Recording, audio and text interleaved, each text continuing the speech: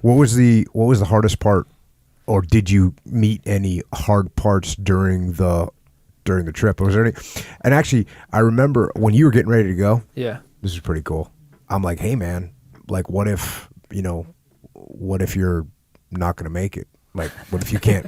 And what I was actually thinking about, your legs, and I mean, I know that, I've got other friends that have prosthetics, and I know that it's a grind, and it rips your skin apart.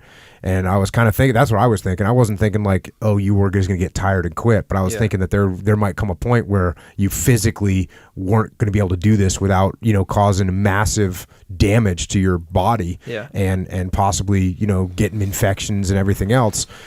And I said, what if something happens? And you were like, no, I'm gonna finish it. And I was like, okay, well, there you have it. Yeah, well, that was something I was concerned about too. I didn't know how my body was going to react to it, and I didn't know for sure. I never knew, even up to the last mile of the last one. I would never have said I'm definitely going to finish this, because anything can happen.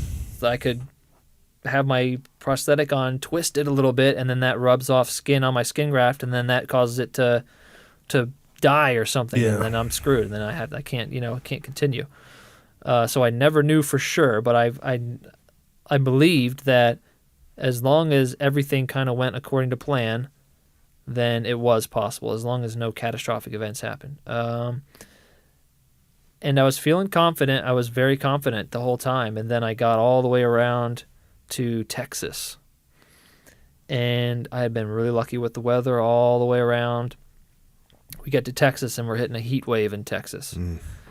And it was probably, I woke up in the morning in Houston, sweating already. It was ridiculous. I was just covered in sweat waking up in Houston. It was like 100% humidity, probably like 75, 80 degrees just to start the day. Houston, get some. Oh my God.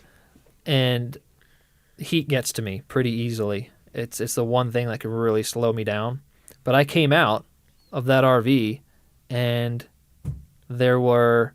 And the heat can get to you because you basically are missing a couple radiators. Oh, yeah. Because your body, everyone's body gives off a lot of heat through their legs, and you don't have those radiators to give off heat anymore. Yeah. So you can overheat fairly quickly. Exactly.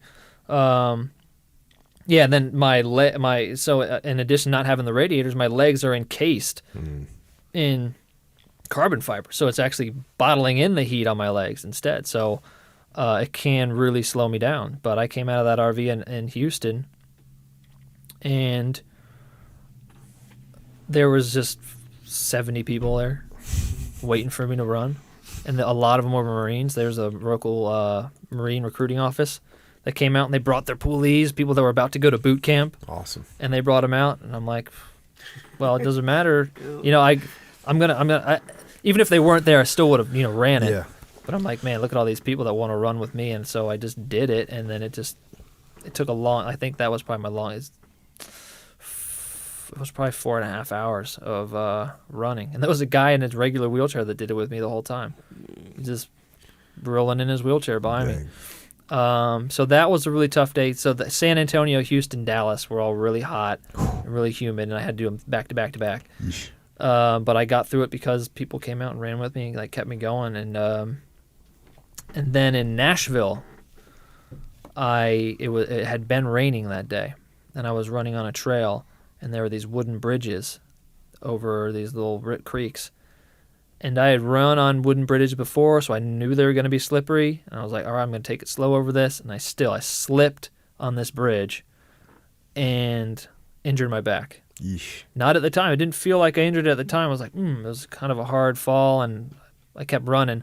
But the next day when I woke up in Atlanta, my back was killing me. And I had 4 left. And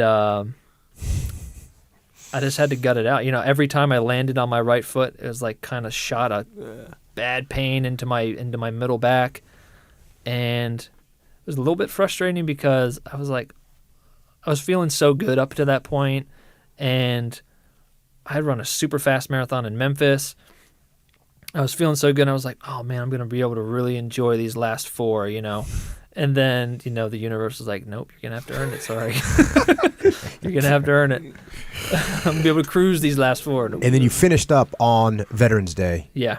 In D.C. In D.C., Veterans Day. And my back was feeling a little bit better at this point, but still hurting pretty bad.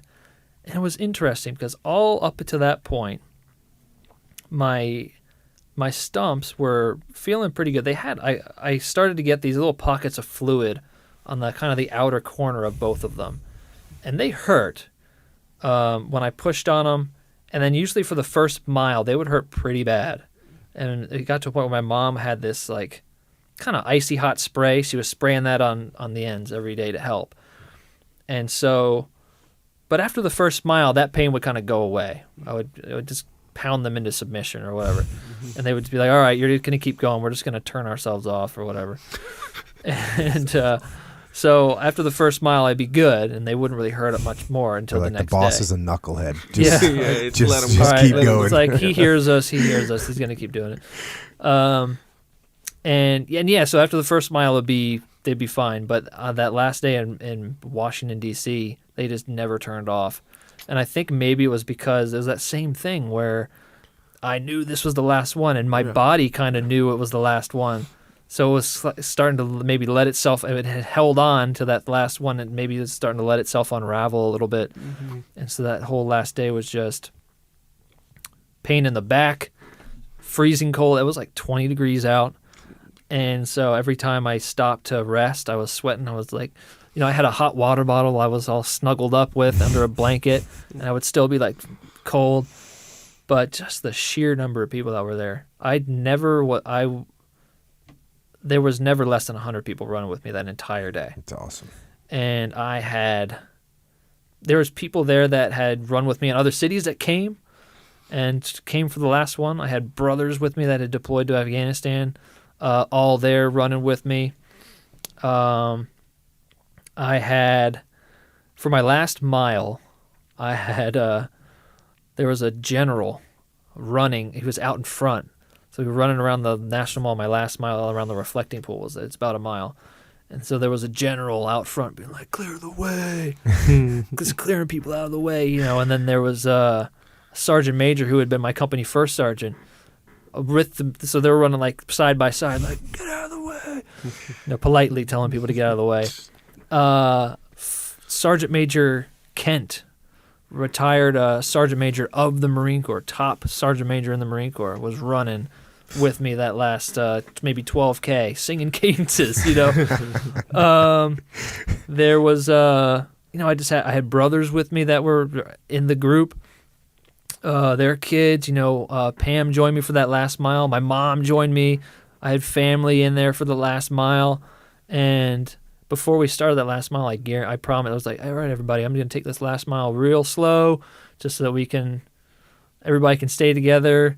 And then by the end of I was like sprinting by the end of the last mile. Just so pumped up, to be finished. But man, it was so cool. And I finished that last little loop, and I kind of like ran up. There's this little curved sidewalk that goes up to the Lincoln Memorial.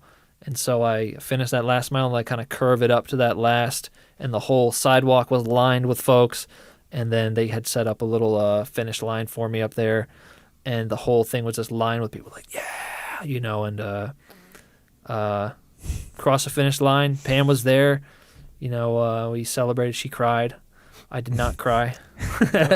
Check. To make that clear right now. Finished, kissed her, hugged her, and then the reporters kind of came in and started talking.